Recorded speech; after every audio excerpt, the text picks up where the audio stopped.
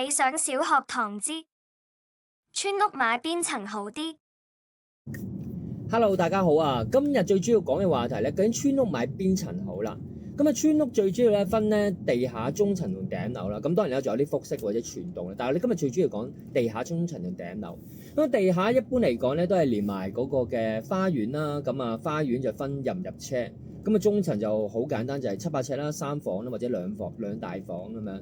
而頂樓就會冧埋個天台咧，700尺天台。而家講緊嘅都係700尺單位，細單位我下次會再喺第二啲video裏邊咧，再同大家分享。三層嘅時候最主要分咧就係放租容唔容易啦，同埋放賣嘅時候嘅情況會點。我講放租先，放租時候3層裏邊最多人揾租，亦都最容易放租，就絕對會係中層㗎。嗱，唔係講緊個比例上咧，頂樓同地下咧會極難放租，佢哋都有一定嘅比例去放租。你越大約嘅比例嘅時候，譬如可能10個出嚟揾租盤啦嘅時候啦，佢可能大約係有4至5個啦，佢係揾緊中層嘅。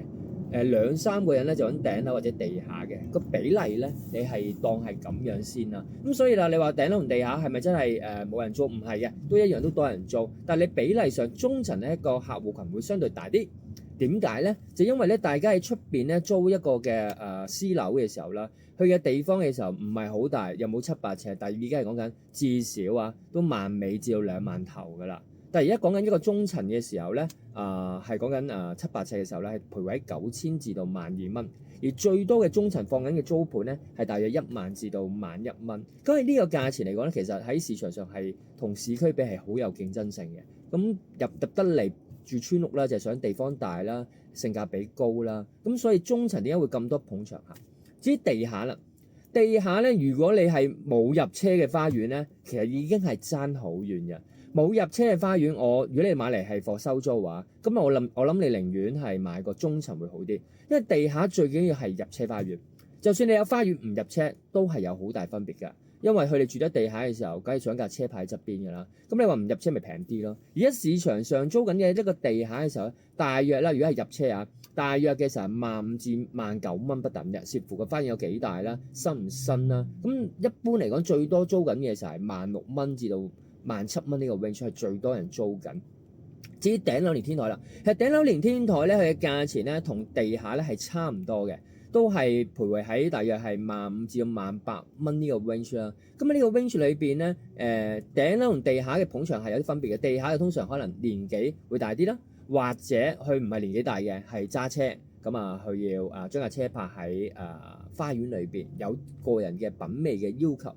而頂樓嘅客戶咧係追求一種舒適嘅環境啦。點樣舒適嘅環境咧？就係我一返到屋企嘅時候，我上天台望到天上面星星，就覺得好舒服嘅感覺，同埋遠眺出邊嘅環境嘅時候，覺得好開揚啦。因為頂樓嘅開揚程度咧，係中層地下咧係冇得媲美嘅。咁呢個就係3層嘅最主要嘅分別。咁你至於放賣啦，放賣咧嘅究竟係邊層咧係好賣啲咧？相對嚟講，放賣咧講話接近絕對出到貨地下。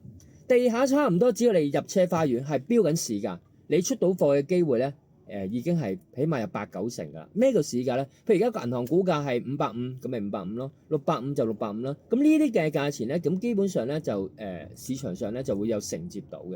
而至於頂樓同埋中層咧，變咗啲客就要篩選，因為太多係差唔多冇乜太大嘅分別啊。咁就要睇下你個位置啦、你個間隔啦，同埋多唔多盤喺嗰段時間放出嚟啦。今段片已經完結。歡迎留低你嘅睇法同問題，記得 like、share 同 follow我哋。